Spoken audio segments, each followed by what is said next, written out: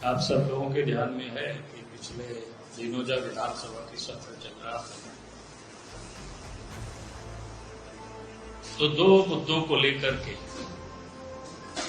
सदन में भी हम सब ने लगातार विषय को उठाया है और उस समय भी हमने कहा था कि भाई ये मुद्दे को लेकर के भारतीय जनता पार्टी सदन से लेकर के सड़क तक संघर्ष करेगी, आंदोलन करेगी।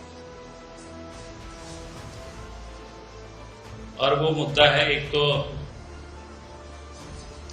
सूर्या हांसदा की जिस प्रकार से हत्या करके उसको इनकाउंटर कहा जा रहा है, और दूसरा मुद्दा है रांची के नगरी में रैयतों की खतियानी जमीन पर राज्य सरकार पर जबरदस्ती रिम्स 2 के नाम पर लोगों से, आदिवासियों से जमीन को छीन ली। दोनों ही मुद्दों को लेकर के आप सबके बीच मैंने पहले भी कई दफा चर्चा कर चुका हूं, फिर से मैं कर रहा हूं। सूर्या हांसदा एक राजनीतिक के साथ साथ सामाजिक कार्यकर्ता है। बोरियो विधानसभा से वो व्यक्ति 4 बार चुनाव लड़े थे और अपने घर में एक भवन बना करके 250-300 बच्चों को शिक्षा भी दे रहे थे, उनके भोजन की, वस्त्र की, आवास की, सब कुछ वो चिंता करते।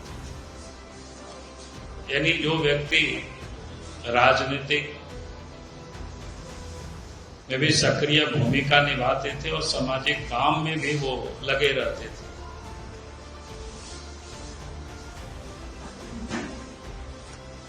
और आज की तारीख में हम सबको पता है कि उनका जहां घर है डकेता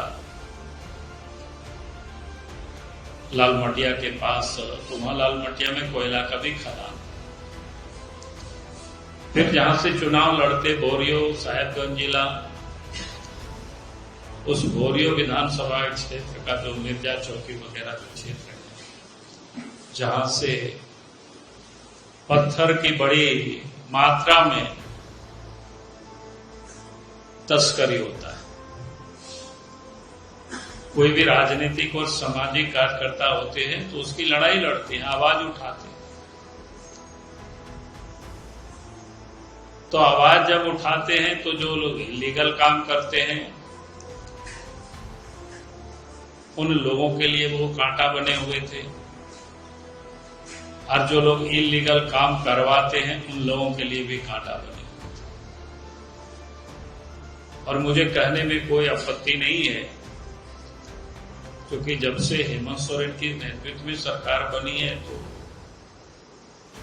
किस प्रकार से इन खनिजों का लूट हो रहा है आप सब जानते हैं।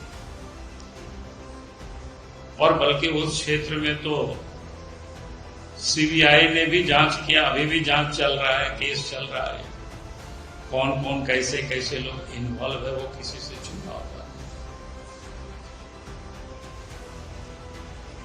और वो व्यक्ति उन माफियाओं के विरोध में, भ्रष्ट अफसरों के विरोध में, दलालों के विरोध में आवाज उठा रहे थे, तो उनको रास्ते से साफ करने की ये लोगों ने तैयारी की। और उनको जिस प्रकार से देवघर जिला के नावाटी गांव से मोहनपुर थाना से उनको उठा करके ले जाता है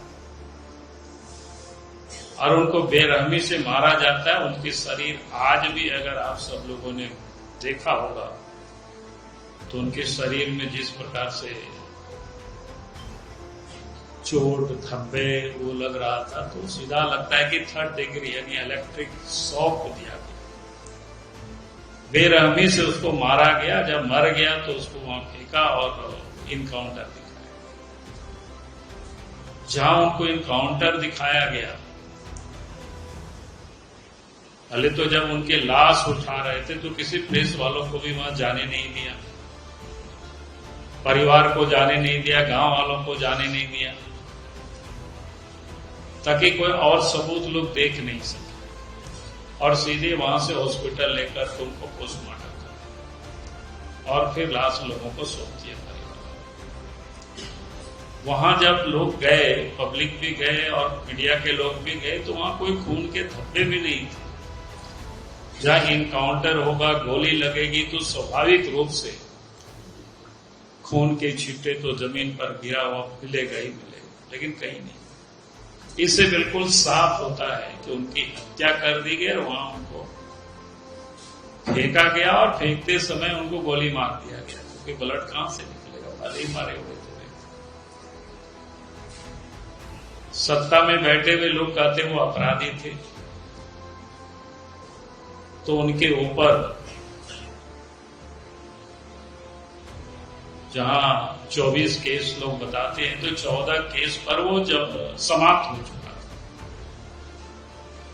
5 केस पर वो बेल आउट थे, 5 केस प्रोसेस में था, कोई उनके ऊपर वारंट नहीं था। एक होता कि वारंट है, वारंट में वो हाजिर नहीं हो रहे हैं, तब उसका भी प्रोसेस होता है, कुर्की जब्ती होता है। और फिर जहां उठाए तो वहां भी लोगों से शिनाख्त कराते, जहां गिरफ्तार किया कि भाई हाँ इनको इतना बजे यहां से गिरफ्तार करके लिखा, लेकिन कुछ भी पुलिस नहीं सकता। तो मैं कह सकता हूं कि उनकी हत्या हुई है, इसलिए हम सब लोगों ने विधानसभा में भी मांग की थी कि इसकी जांच से कैसी होनी चाहिए। और वास्तव में सरकार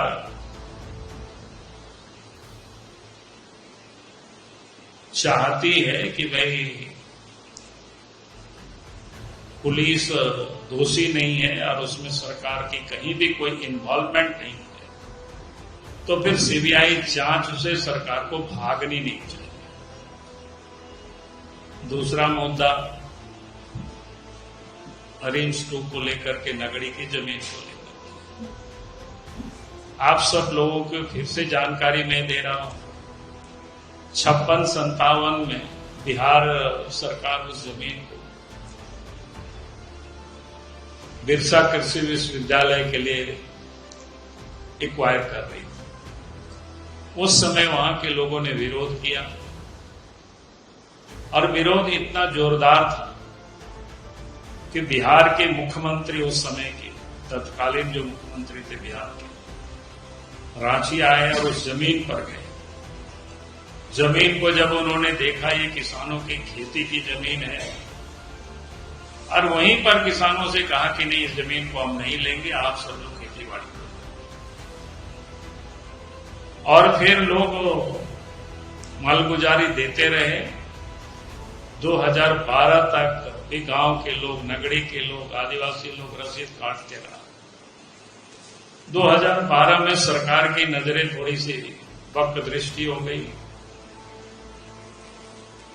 IIM, IIIT के लिए उस जमीन को अधिग्रहण करने की फिर सरकार ने सोचा, तो लोगों ने उस समय भी विरोध किया, जोरदार विरोध किया, और विरोध के परिणाम स्वरूप इस मुकदमा भी लोगों के ऊपर हुआ, लेकिन जमीन पर फिर सरकार नहीं कुछ कर पाई, छोड़ दिया। लेकिन रसीद काटना बंद हो गया।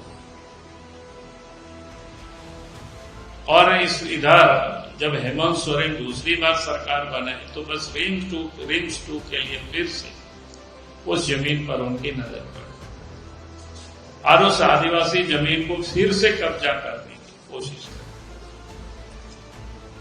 24 तारीख की घटना आप सब लोगों ने देखा है। गांव के लोगों ने किस प्रकार से विरोध किया, जितने कटेली तार लगाए तो सभी लोगों ने हटाया। चंपई सोरेन जी हाल महल के साथ जाने वाले थे, उनको हाउस अरेस्ट किया गया। लेकिन वो गांव के लोग चारों तरफ से, सामाजिक, राजनीतिक, कई नेता, लीडर, सब लोग पहुंचे। आंसू गैस भी चले, लाठी भी चला, लेकिन लोग डरे नहीं, निर्भीक होकर के लोगों ने लड़ाई की और कांटेले तार को हटा करके किसान उस खेत पर। लेकिन विधिवत रूप से सरकार घोषणा नहीं किया। सरकार को घोषणा करना चाहिए कि वे आप उस जमीन पर कोई निर्माण का काम किसानों को सुपुर्द कर दे। ये भारतीय जनता पार्टी सदन में भी मांग की थी, अब सड़क पर भी मांग कर। इन दो मुद्दों को लेकर के भारतीय जनता पार्टी ने तय किया है 11 सितंबर को झारखंड के सभी प्रखंड मुख्यालयों पर प्रदर्शन किया जाएगा और वीडियो के माध्यम से राज्य के महामहिम राज्यपाल को ज्ञापन सौंपा जाएगा। क्योंकि यह आंदोलन आदिवासियों से जुड़ा हुआ है, गरीबों से जुड़ा हुआ है। एक तो सीबीआई की जांच और दूसरा जो इस जमीन में लोगों को बेदखल कर रहे हैं, सरकार हठधर्मिता छोड़े और लोगों को वापस। 11 सितंबर को झारखंड के सभी प्रखंड मुख्यालयों में प्रदर्शन होगा, मेमोरेंडम दिया जाएगा। उसके बाद भी सरकार इन मांगों को नहीं मानेगी तो आगे और हम सब लोग आंदोलन करेंगे। इसको लेकर के फिर हम लोग तय करेंगे।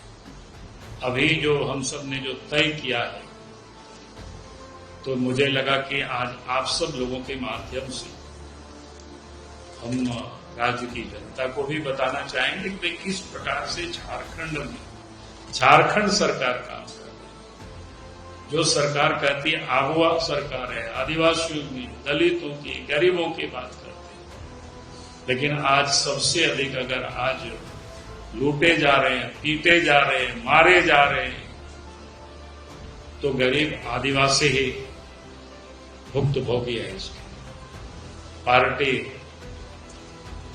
उसके लिए खड़ी है, सदन से लेकर के सड़क तक उस लड़ाई को लड़ेगी। बहुत बहुत है।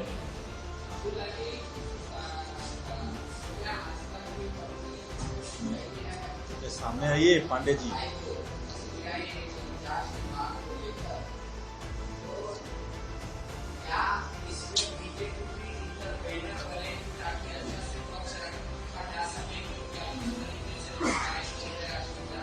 नहीं, बीजेपी तो हम जनता की अदालत में जा रहे हैं। बाकी कोई अगर व्यक्तिगत कोई करेगा तो हम नहीं जा सकते उस पर आगे। बाकी आपने बताया कि उनकी पत्नी, उनकी मां हाईकोर्ट गए, तो कोर्ट पारी के मामला को देखेगा। लेकिन हम एक राजनीतिक पार्टी हैं, हमारा एक दायित्व बनता है कि कहीं अगर इस प्रकार की घटनाएं होती है, सरकार जबरदस्ती करती है, सरकार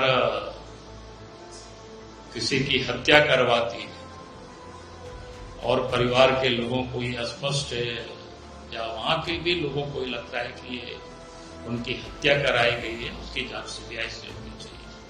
आप अगर संथाल परगना जाइए तो किसी को भी आप पूछेंगे तो हर कोई आपको यही बताएगा कि भाई उनकी हत्या कराई गई है, उनकी हत्या हुई है, उनकी कोई इनकाउंटर नहीं।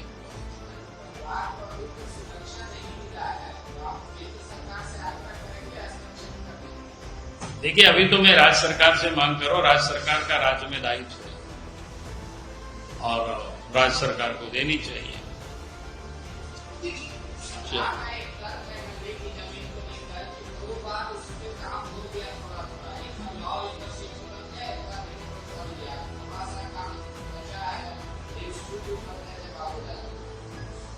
देखिए, बाबूलाल जी नहीं रोक रहे, वहां गांव के लोग रोक रहे हैं। हमारा तो वहां 1 इंच भी जमीन नहीं है। इसलिए पांडे जी ये बता दीजिएगा उन लोगों को कि हमारा वहां कोई जमीन नहीं है, गांव के लोग रोक रहे हैं।